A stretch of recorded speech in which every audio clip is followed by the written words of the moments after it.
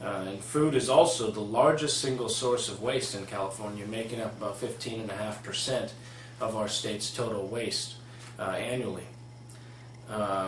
They also go over the fact that a lot of the nation's biggest grocery stores and other restaurants don't want to actually give food away because they are afraid of liability, basically, of being sued, which is really crazy to think about, that people are worried about getting sued for giving food away. You know, what the world's come to with lawyers trying to make money off of everything. Yeah.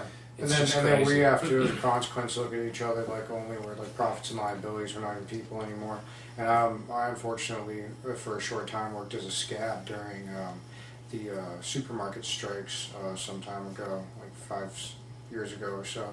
And I only did it for about a couple weeks, but I mean, we threw out so much food, it was horrid. I couldn't stand to do it. I mean, it all goes in that big sealed dumpster so no one can get into it. Yeah, I've worked at restaurants and you throw out all kinds of food. And, also, another thing they talked about in the article was all the food that's left out as crops. You know, crops that aren't harvested, basically, and they're just left to rot. Yeah.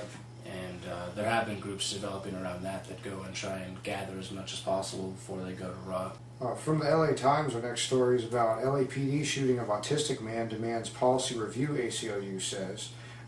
There was officers approached an autistic man, questioned him about a loud noise that apparently was heard in the area and thought that he might have something to do with it. He kind of had his hands in his waistband area, and when the officers talked to him, he approached the vehicle and was trying to see what they wanted and whatnot, and they thought he was apparently pulling a weapon and felt like they were scared for their life, so they pulled out their weapons and I guess they shot the guy in the head, and he pretty much died instantly. So these guys, I guess, are on leave right now. Of course, no weapon was found. The guy was just minding his own business, doing his thing, walking home from a friend's house, and now he's not here anymore. So.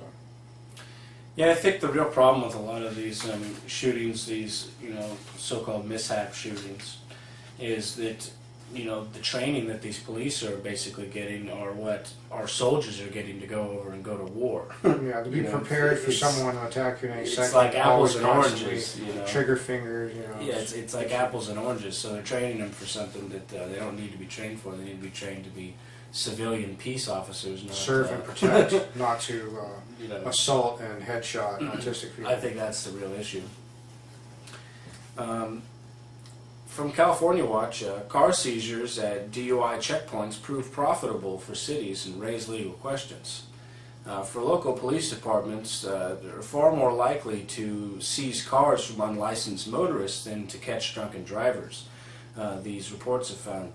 And they also found that impounds at checkpoints in 2009 generated an estimated $40 million in towing fees and police fines, revenue that cities divide with the towing firms. So a nice little business there for them. Yeah. The seizures also of these vehicles appear to defy a 2005 federal appellate court ruling that determined police cannot impound cars solely because the driver's unlicensed. Departments also frequently overstaff the checkpoints with officers who are all earning overtime, and they basically out of all the DUI operations, all the checkpoints going on that they did, they averaged about 3 DUI arrests per night. Yeah, it's totally ridiculous. This whole basically cabal they have with the tow truck companies, and they charge you extra to get your car out over the weekend, so that if you waited, then it just costs you the same, but then you still don't have your car at that time.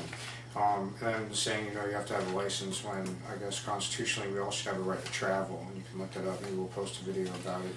But, yeah, the federal government provides about $30 million for specifically checkpoints, so this is a federally funded thing. More of that federal and money. It also, the grant money that they get goes to pay the overtime of these police, and it says that 90% of it goes for the overtime at these sobriety checkpoints. They said that they went by and looked at some of the different checkpoints going on in LA, and at one of them there was officers sitting out smoking cigars as they watched the cars being screened through. So these guys aren't even taking their job seriously. They're just kicking back, living off the state, living off of the government.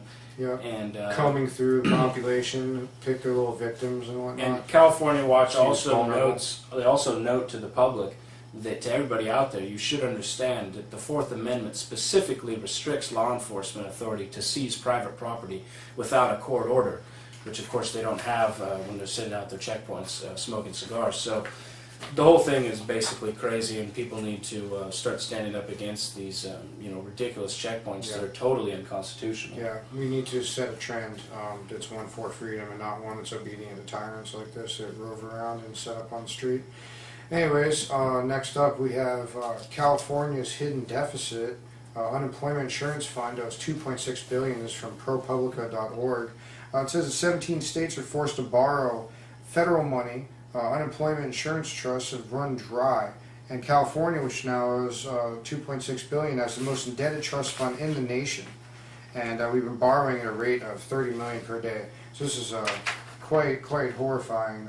More government inefficiency is government's recent problems date back to 2001 here in California, when Democrats in the state legislature had the simple majority required to increase benefits, but not the two-thirds majority required to raise tax rates that would make those benefits sustainable. So this also shows again how our government's able to do things that make absolutely no sense, and that we continue to stumble along and suffer for it. Another report from California Watch, Whitman's fortune entwined with Goldman Sachs. The Goldman Sachs investment bank and candidate Meg Whitman, who was running for governor this year, are essentially very well entwined. She worked for them in 2001, was paid $475,000. Goldman Sachs, of course, is a major player, notes in California state finance, $78.9 billion in bonds issued from the state. And she was also on the compensation committee, which approved the multi-million-dollar bonus packages for the then CEO Henry Paulson and his top aides. And of course, the Democrats aren't really bringing this up a lot because, as it notes here, there's a long list of Democrats who have ties to Goldman, with former state treasurer Kathleen Brown, who is now a Goldman executive in Los Angeles, her brother, Democrat Jerry Brown, who is a former California governor and is running now for governor again, coming up, and is expected to face Whitman in the final challenge. So, both candidates, both parties essentially bought and paid for by these international banking groups who have been sucking the blood of this nation for far too long. Yep, you can see where the strings are attached when you look. Next up from California Watch, state health officials under investigation for failing to disclose trips. More little payoffs and whining and dining, or politics as usual. The Medi-Cal pharmacy, 3 Medi-Cal pharmacy officials under investigation by the state for failing to disclose trips and meals and all sorts of things paid for by non-profit groups, so-called, that are actually front groups for the drug makers. And all the while they're getting wined and dined, they're making decisions on $8.5 million in prescription drugs for California. And also $835 million of rebates that are disputed, more than any other state. Second place is New York with 280, have been tolerated. So basically we're subsidizing them to just like rip us off. And these people are facing only a petty $5,000 fine. And I wonder, what about the nonprofits? Well, apparently they can still go and rub elbows with these fascist farm animals. And that's pretty much the way it's going to be. They just can't pay for their trips, but I'm sure they'll find a way around that. I'm sure they get nice entertainment and all sorts of things. From Infoworld.com, the fate of network admin Terry Childs now in jury's hands. Terry Childs was charged with violating California hacking laws by refusing to hand over network passes for the city's fiber WAN during a 12-day period in 2008. Essentially, there was a confrontation between his bosses, some people who he worked with, the people who had his job, and Childs did not believe that the other people in the room, people who were on via speakerphone, had the authority or were supposed to have access to these passwords, and so he refused to give them up. He eventually did give the passwords up, only to Gavin Newsom, saying that basically he was the only person who was qualified and had the authority to take the passwords at this point because of the disruption that happened. They do note in the court case that's going on right now that nothing happened to the network during the 12-day period, that everything ran fine. He never shut it down or interrupted service. but simply withheld the passwords because he didn't feel that the people who were around him had security clearance to have them.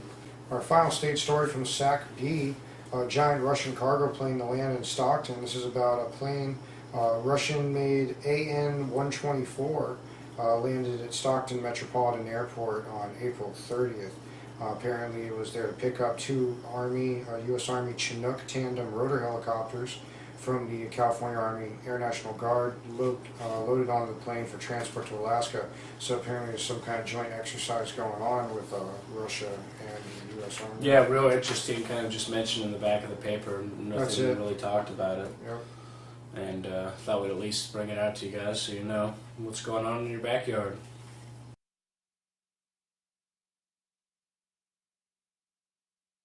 This episode's featured documentary is The Arsenal of Hypocrisy, the space program in the military-industrial complex. It's a featured lecture by Bruce Gagnon, our guest on the show today, and it's about basically a whole bunch of frightening information on where our NASA space program came from and how it's been pretty much dominated by the military-industrial complex. Ultimately, there's a desire to have complete control over space, and there's like basically a gold rush for contractors to get the money. It talks about documents like Vision for 2020, which talks about the expansion of haves and have-nots and the globalization that is continuing and accelerating, and that there's going to be a massive divide between the haves and the have-nots as a result. And so there needs to be absolute complete dominance over the Earth through these space systems, and the epic budgets that are needed to sustain these. It basically talks about how the military becomes like the government's job just to make military, and funding for other things like human rights and stuff, preserving that comes second.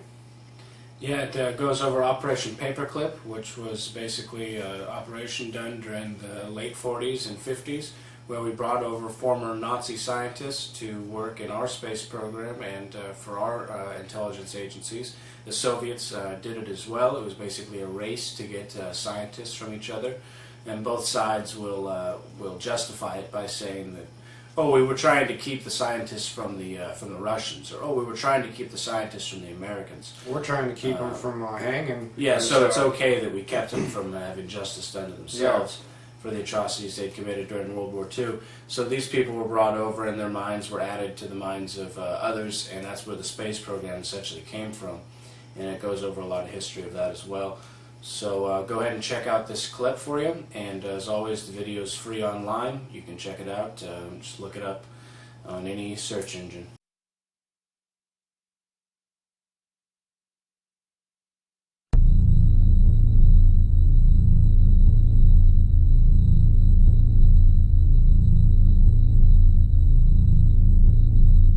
Toxic material from that was in my community within an hour or so, and no one knew what was happening, only that there was breathing problems in the air.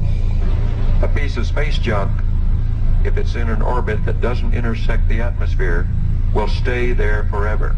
The money that's going into these programs is resulting in more homeless people, more hungry people, more people who can't get health care. I mean, the militarization of space is a real threat to survival. Serious threat to survival. That was a lesson that we all should have learned, that if the plutonium had showered down upon us, we'd still be afflicted by it and we'd all have cancer by now. Well, I would submit to you that this idea of national missile defense is really a Trojan horse.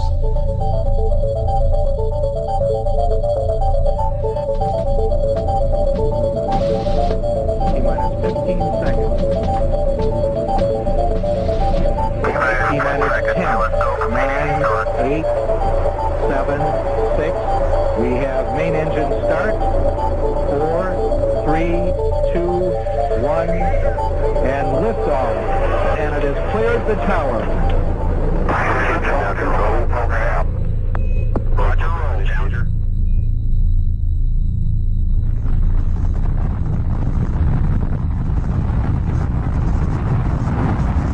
The glory days of NASA are over. Today, the military-industrial complex is marching towards world dominance through space technology.